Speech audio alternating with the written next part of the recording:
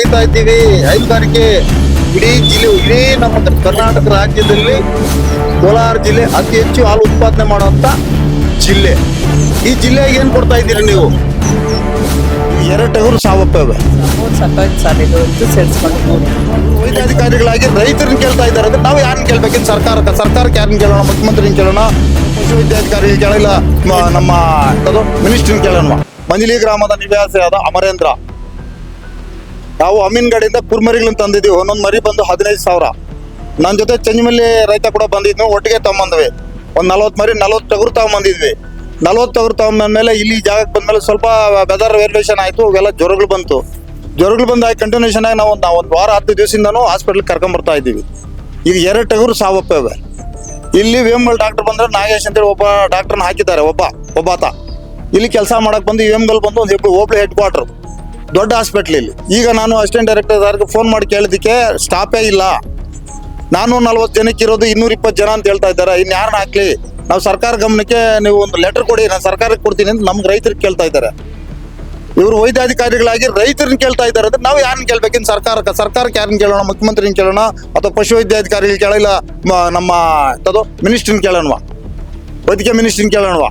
ದಯವಿಟ್ಟು ಇದ್ರ ಬಗ್ಗೆ ಗಮನ ಹರಿಸಿ ರೈತರಿಗೆ ಆಗ್ತಾ ಇರೋ ತೊಂದರೆಯನ್ನ ನಿಭಾಯಿಸಿ. ಇಲ್ಲ ಅಂದ್ರೆ ಮುಂದಿನ ದಿನಗಳಲ್ಲಿ ಇದು ವೇಮಗಲ್ ದೊಡ್ಡ ಹೋರಾಟ ಆಗೋ ಮಟ್ಟದಲ್ಲಿದೆ. 30 ಕುರೆ ತಂದೆ, ಅದು ಜ್ವರ ಬಂದು 3 ಸತ್ತೋಯ್ತು ಸರ್. ಇದು ಸೇರಿಸ್ಕೊಂಡು 3 ಸತ್ತೋಗೈತೆ. ಇಲ್ಲಿ ಹಾಸ್ಪಿಟ್ಲಿಗೆ ಎತ್ಕೊಂಬಂದ್ರಿ, ಅವರು ಪೋಸ್ಟ್ ಮಾರ್ಟಮ್ ಮಾಡಬೇಕು ಅಂತ ಇದ್ದಾರೆ. ಏನ್ ಪ್ರಾಬ್ಲಮ್ ಆಗಿತ್ತು? ಜ್ವರ ಬಂದಿತ್ತು ಸರ್. ಹಾಸ್ಪಿಟ್ಲಲ್ಲಿ ತೋರಿಸ್ತಾ ಇದ್ದೀರಿ, ಅದು ಮೇಲಾಗಿಲ್ಲ, ಸತ್ತೋಯ್ತು. 3 ಕುರಿ ಹೆಂಗ್ ಸತ್ತೋಯ್ತಾ? ಜ್ವರ ಬಂದು ತುಳ್ದಿರಾವು ಚೆನ್ನಾಗಿದಾವ? ಅವು ಹಂಗೆ ನಿಮಗ್ ಲಾಸ್ ಅಲ್ವಾ? ಲಾಸ್ ಸರ್, ಇನ್ನೇನ್ ಮಾಡಕ್ಕೆ? ಏನ್ ಕೇಳ್ತೀರ ಸರ್ಕಾರ? ಏನ್ ಕೇಳೋದು ಸರ್? ಪರಿಹಾರ ಕೇಳಮ್ಮ, ಪರಿಹಾರ ಕೊಡ್ಲಿ ಏನನ ಅಂತ ಸರ್ ಕೇಳ್ತಾ ಇದ್ದೀನಿ. ಕೊಡ್ತಾರ ಪರಿಹಾರ? 7,000 ಕೊಡ್ತಾರೆ ಸರ್, ಆಗ್ತಾರೆ ಸರ್. 7,000 ಕುರಿ ವ್ಯಾಲ್ಯೂ ಇಲ್ಲ ಸರ್, ಇನ್ನ ಜಾಸ್ತಿನೇ.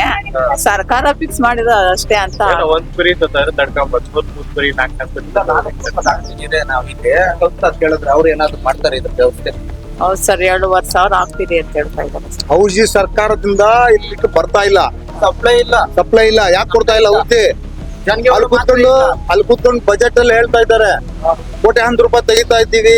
ಹೈನುಗಾರಿಕೆ ಇಡೀ ನಮ್ಮ ಕರ್ನಾಟಕ ರಾಜ್ಯದಲ್ಲಿ ಕೋಲಾರ ಜಿಲ್ಲೆ ಅತಿ ಹೆಚ್ಚು ಹಾಲು ಉತ್ಪಾದನೆ ಮಾಡುವಂತ ಜಿಲ್ಲೆ.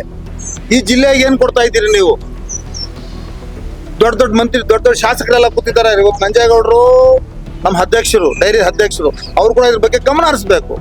ಗಮನ ಹರಿಸ್ತಾ ಇಲ್ಲ. ಯಾವ ಡಾಕ್ಟ್ರು ಎಲ್ಲಿ ಆಗ್ತಾ ಇಲ್ಲ, ಸುಮ್ಮನೆ ಬುಟಾಟಿಕೆ ಕೂತ್ಕೊಂತಾರೆ. ಡೈರಿಯಲ್ಲಿ ಒಂದು ಮೀಟಿಂಗ್ ಮಾಡ್ತಾರೆ. ನೆನ್ನೆ ಒಂದು ಫೇಸ್ಬುಕ್ ಅಲ್ಲಿ ನೋಡಿದೆ, ಎಮ್ಮೆ ಕಟ್ಬೇಕು ರೈತನು, 30,000 ರೂಪಾಯಿ ಡೈರಿಯಿಂದ ಕೊಡ್ತೀವಿ, ಎಮ್ಮೆ ಹಾಲು ನಾವು ಉತ್ಪಾದನೆ ಮಾಡಬೇಕು, ಇನ್ನು ಮಿಕ್ಕಿದ್ ರೈತನ ಹಾಕೋಬೇಕಂತ ಹೇಳಿ. ಏನಕ್ಕೆ ರೈತನ ಇಲ್ಲಿಂದ ತಂದು ಎಮ್ಮೆ ಹಾಲಿನ ದುಡ್ಡು ತಂದು ಬರೋದು? ಒಂದು ಟ್ರೀಟ್ಮೆಂಟ್ ಮಾಡಕ್ ಕೊಡೋದು ನೀವು ಡೈರಿಯಿಂದ ಡಾಕ್ಟರ್ನ ಕಳಿಸ್ತೀರಿ, ಆತ ಕಾರಿಂದ ತಳಗಡೆ ಇಡಲ್ಲ. ಈಗ ಕೂಪನ್ ಹರಿಬೇಕು ಡೈರಿಯಲ್ಲಿ, 50 ರೂಪಾಯಿ ಕೊಟ್ಟು ಕೂಪನ್ ಅದು ಹಾಕಿ ಬರೋದು 3 ಗಂಟೆ, ಮಧ್ಯಾಹ್ನ 3 ಗಂಟೆ ಬರ್ತಾನೆ. ಬಂದ್ರು ಸಹಿತ ಕಾರಿಂದ ಇಳಿಯಲ್ಲ, ಅವ್ನಿಗೆ ಎತ್ಕೊಂಬರಕ್ ನಾವೇ ಹೋಗ್ಬೇಕು, ರೈತನ ಹೋಗ್ಬೇಕು. ಇಲ್ಲದು ಆ ಟ್ರೀಟ್ಮೆಂಟ್ ಬರೀ ಖಾಲಿ ಒಂದು ಇಂಜೆಕ್ಷನ್ ಅಷ್ಟೇ ಮಾಡ್ತಾನೆ, ಮಿಕ್ಕಿದೆಲ್ಲ ಬರ್ಕೊಡ್ತಾನೆ ಹಾಸ್ಪಿಟ್ಲಿಗೆ. ಎಲ್ಲಿಂದ ತರೋದು? ನೀವು ಕೊಡ್ತಾ ಇರೋದು 34 ರೂಪಾಯಿ 1 ಲೀಟರ್ ಹಾಲಿಗೆ. ಒಂದ್ ದಿವ್ಸಕ್ಕೆ ರೈತನು 10 ಲೀಟರ್ ಹಾಲು ಉತ್ಪಾದನೆ ಮಾಡಿದ್ರೆ ಅವ್ನಿಗೆ ಬರೋದು 340 ರೂಪಾಯಿ. ಒಬ್ಬ ಡಾಕ್ಟರ್ ಬಂದು ಹೋದ್ರೆ 1,000 ರೂಪಾಯಿ ದುಡ್ಡು ಕೊಡ್ಬೇಕು. ಎಲ್ಲಿಂದ ಬರ್ತದೆ ರೈತನ ದುಡ್ಡು? ಬೂಸ ರೇಟ್ ನೋಡಿದ್ರೆ 1,450 ರೂಪಾಯಿ ಒಂದು ಬೂಸ ಅಂದ್ಬಿಟ್ಟೆ. ನೀವು ಕೊಡ್ತಾ ಇರೋಂಥ ಫೀಡು 1,350 ರೂಪಾಯಿ ಫೀಡ್ ಇಟ್ಟಿದ್ರಿ, 750 ರೂಪಾಯಿ ಇದ್ದಿತ್ತು. ಆದ್ರೆ ಹಾಲು ಮಾತ್ರ ದರ ನೀವು ಹೆಚ್ಚಿಸ್ತಾ ಇಲ್ಲ. ರೈತರನ್ನ ಹಾಕಿ ಇಷ್ಟೊಂದು ಶೋಷಣೆ ಮಾಡ್ತಾ ಇದ್ದೀರಿ.